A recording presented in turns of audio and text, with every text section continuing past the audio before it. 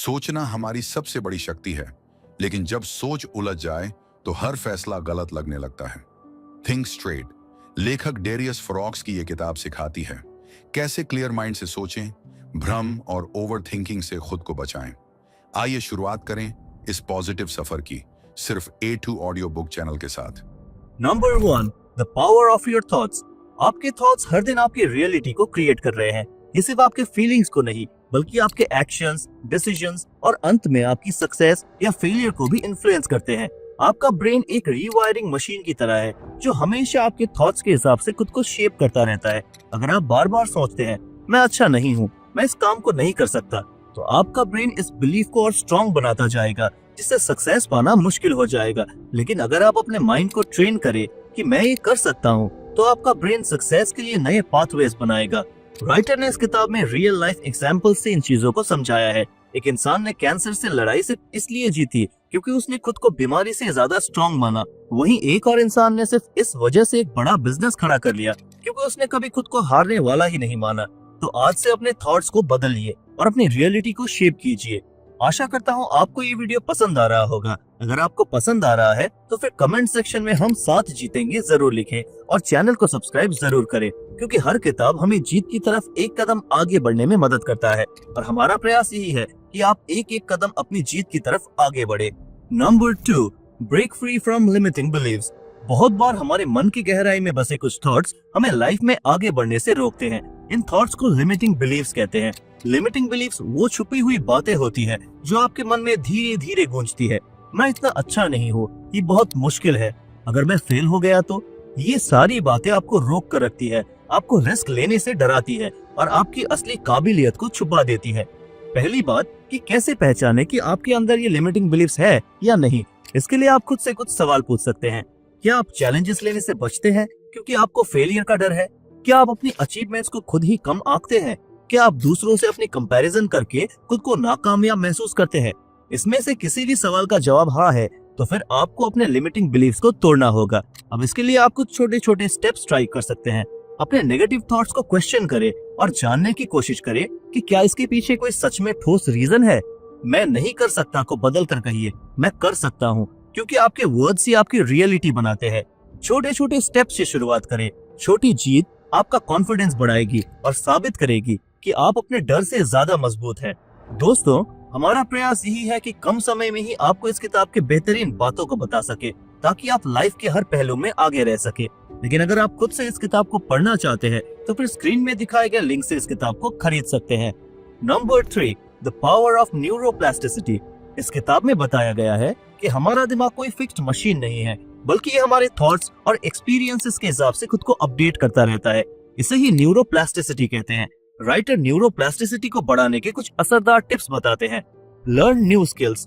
कोई भी नई स्किल्स, नई लैंग्वेज, म्यूजिकल इंस्ट्रूमेंट या कोई नया शौक आपके ब्रेन में नए न्यूरल कनेक्शन बनाती है और इसे शार्प रखती है। Replace negative with positive. Negative thoughts की जगह पॉजिटिव थिंकिंग अपनाइए। इससे टेंशन और चिंता खत्म होगी और आप लाइफ को और बेहतर तरीके से देख पाएंगे। Develop new habits. पुरानी हैबिट्स को छोड़कर नई हेल्दी आदतें बनाना मुश्किल है, लेकिन पॉसिबल है। लगातार प्रैक्टिस से ब्रेन नए न्यूरल पाथवे बनाता है, जिससे आपकी लाइफ इंप्रूव होती है। Challenge your brain. नई पहेलियां हल करें, नई जगहों पर जाए, अलग अलग चीजें पढ़े। ये सब आपके ब्रेन को एक्टिव और अलर्ट रखने में हेल्प करता है। न्यूरोप्लास्टिसिटी का मतलब है कि आप अपने ब्रेन को नया बना सकते हैं, बस सही सोच और सही प्रैक्टिस के साथ इसे अपग्रेड करते रहे। Number 4, self awareness. Self improvement का पहला कदम है अपने थॉट्स और इमोशंस को बेहतर तरीके से समझना। इसका मतलब है कि आप खुद से बार बार पूछे, मैं क्या सोच रहा हूँ और कैसा महसूस कर रहा हूँ, बिना किसी जजमेंट के सिर्फ ऑब्जर्व करे। इसके लिए कुछ इफेक्टिव टेक्निक्स है। Mindfulness meditation. अपने प्रेजेंट मोमेंट पर ध्यान दे। जर्नलिंग। अपनी फीलिंग्स और थॉट्स को लिखे। Label emotions. अपने हर इमोशन को सही नाम दे। जितना ज्यादा आप अपने थॉट्स और फीलिंग्स को समझेंगे, उतना ही आप उन पर कंट्रोल पा सकेंगे। अक्सर हम अपने बारे में और दुनिया के बारे में नेगेटिव थॉट्स रखते हैं जो हमें आगे बढ़ने से रोक सकते हैं, इसलिए इन्हें चैलेंज करें और पॉजिटिव थॉट से रिप्लेस करें। यही सेल्फ अवेयरनेस की सबसे बड़ी ताकत है। Number 5, the power of gratitude and visualisation. जीवन में अच्छी चीजों को प्रेज करना और थैंकफुल रहना पॉजिटिविटी और सेटिस्फैक्शन बढ़ाने का पावरफुल तरीका है। इस किताब में कुछ सिंपल तरीके दिए गए हैं जिससे आप अपने डेली लाइफ का हिस्सा बना सकते हैं। ग्रेटिट्यूड जर्नल, हर दिन उन चीजों को लिखें जिनके लिए आप थैंकफुल हैं, चाहे वो छोटी ही क्यों ना हो। ये आपकी सोच को पॉजिटिव बनाएगा। नोटिस थैंकफुल मोमेंट्स, पूरे दिन उन चीजों पर ध्यान दें जो आपको खुशी देती है, जैसे एक सुंदर सनसेट, हेल्दी बॉडी या किसी का प्यार भरा gesture.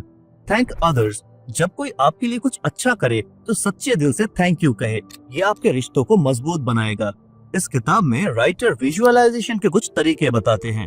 Imagine your dream future, आंखें बंद करके सोचें कि आपने अपना गोल अचीव कर लिया है। डिटेल्स पर फोकस करें, आप कहाँ हैं, कैसा महसूस कर रहे हैं और आपके आसपास क्या हो रहा है। फील द इमोशंस, विजुअलाइजेशन के दौरान खुशी, प्राउड और सेटिस्फैक्शन को महसूस करें। ये आपको मोटिवेट करेगा। टेक एक्शन, अपने गोल्स को पाने के लिए ठोस कदम उठाए।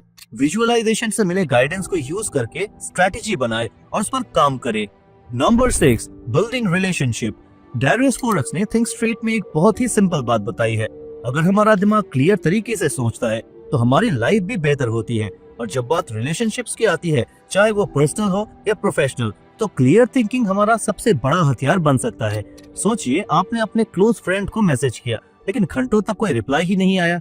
अचानक आपका दिमाग दौड़ने लगता है, मैंने कुछ गलत तो नहीं कह दिया, वो मुझसे नाराज तो नहीं। आप ओवरथिंक करने लगते हैं, परेशान हो जाते हैं। लेकिन अगर आप पॉज ले और स्ट्रेट सोचे, हो सकता है वो बिजी हो। ओवरथिंकिंग, अजम्पशंस और इमोशनल रिएक्शंस अक्सर रिलेशनशिप को नुकसान पहुंचाते हैं। फोरक्स हमें सिखाते हैं कि हमें अपनी सोच को लॉजिक के फिल्टर से गुजारना चाहिए। रिएक्ट करने से पहले खुद से पूछिए, क्या ये सच है और क्या ये यूजफुल है। ज्यादातर समय हमारी वरीज बेबुनियाद होती है। जब हम अपने दिमाग को क्लियर थिंकिंग सिखाते हैं तो हम बेहतर कम्युनिकेट करते हैं, ज्यादा ट्रस्ट करते हैं और अननेसेसरी ड्रामा से बचते हैं। किसी भी रिलेशनशिप में सिंप्लिसिटी सबसे बड़ी की होती है। जो कहना है साफ साफ कहिए, बिना अजम्पशंस के सुनिए, इमोशन से नहीं रीजन से रिएक्ट कीजिए। Number 7, productivity and time management. Imagine कीजिए आप अपने डेस्क पर बैठते हो पूरा डिटर्मिनेशन के साथ कि आज ढेर सारा काम निपटाना है, लेकिन 1 घंटे बाद भी आप ये डिसाइड नहीं कर पाते कि कैसे, कहां से और क्या शुरू करना है। डैरियस फोरक्स अपनी बुक थिंक स्ट्रेट में कहते हैं कि असली प्रोडक्टिविटी हार्ड वर्क नहीं बल्कि क्लियर थिंकिंग से आती है। असल में लोगों को टाइम मैनेजमेंट की प्रॉब्लम नहीं होती बल्कि डिसीजन मेकिंग की होती है। हर एक वेस्ट हुआ मिनट अनक्लियर थिंकिंग की वजह से होता है। फोरक्स का मानना है कि प्रोडक्टिविटी एक सिंपल सवाल से शुरू होती है, अभी मेरे लिए सबसे जरूरी काम क्या है। मल्टीटास्किंग करने या डिस्ट्रैक्शन में खो जाने के बजाय उस काम पर फोकस करो जो सच में इम्पैक्ट डाले। एक सिंपल स्ट्रेटेजी है नो टू यस अप्रोच। जब भी आप किसी अनइम्पोर्टेंट चीज को यस कहते हैं, जैसे सोशल मीडिया स्क्रॉल करना, अननेसेसरी मीटिंग में टाइम वेस्ट करना या ज्यादा ओवरथिंक करना, तो आप अपनी असली प्रायोरिटीज को नो कह रहे होते हैं। इसलिए उन टास्क को यस कहे जो सच में रिजल्ट देते हैं और बाकी चीजों को नो। थिंक स्ट्रेट की एक पावरफुल सीख है डिसीजन फैटिक कम करना। स्टीव जॉब्स रोज एक ही तरह के कपड़े पहनते थे ताकि छोटे छोटे डिसीजंस पर एनर्जी वेस्ट ना हो। आपको ऐसा करने की जरूरत नहीं, लेकिन छोटे डिसीजंस को ऑटोमेट जरूर कर सकते हैं। दिन पहले से ही प्लान कर ले, क्लियर गोल सेट करे और अपने डेली रूटीन सिंप्लीफाई करे। जितना कम टाइम आप अपने छोटे डिसीजंस पर लगाओगे, उतना ज्यादा टाइम इंपॉर्टेंट चीजों के लिए बचेगा। प्रोडक्टिविटी का मतलब ज्यादा काम करना नहीं बल्कि सही काम करना है। क्लियर सोचे, पर्पस के साथ एक्शन ले और देखे कैसे आपका टाइम प्रोग्रेस में बदल जाता है। Number 8, filter your thoughts. आजकल हमारे आसपास इतनी ज्यादा इंफॉर्मेशन है कि दिमाग हर समय बिजी रहता है। ऐसे में सही डिसीजन लेना आसान नहीं होता। लेकिन क्या हो अगर हम अपनी सोच को फिल्टर करना सीख ले।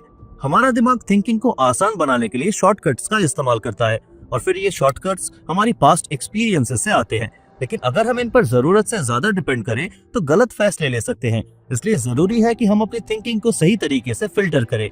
आइजनहावर मैट्रिक्स एक बढ़िया तरीका है। आइजनहावर मैट्रिक्स ये टूल सिखाता है कि कौन सा टास्क अर्जेंट और इम्पोर्टेंट है और कौन सा सिर्फ टाइम वेस्ट कर रहा है। जब हम सही प्रायोरिटी सेट कर लेते हैं तो हमारा माइंड अननेसेसरी क्लटर से फ्री हो जाता है।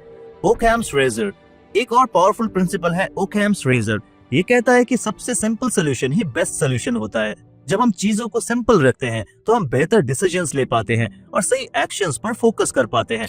तो अगर हम सोच को फिल्टर करना, सही प्रायोरिटी सेट करना और डिसीजंस को सिंपल रखना सीख ले तो हम इंफॉर्मेशन को बेहतर मैनेज कर सकते हैं और ज्यादा स्मार्ट चॉइसेस ले सकते हैं। अगर आपको ये ऑडियो बुक पसंद आई हो तो इसे शेयर करें, लाइक करें और ऐसे ही प्रेरणादायक कंटेंट के लिए सब्सक्राइब करें। आप सुन रहे थे A2 ऑडियो बुक, जहां किताबें बोलती हैं। फिर मिलेंगे एक नई किताब के साथ। तब तक के लिए धन्यवाद।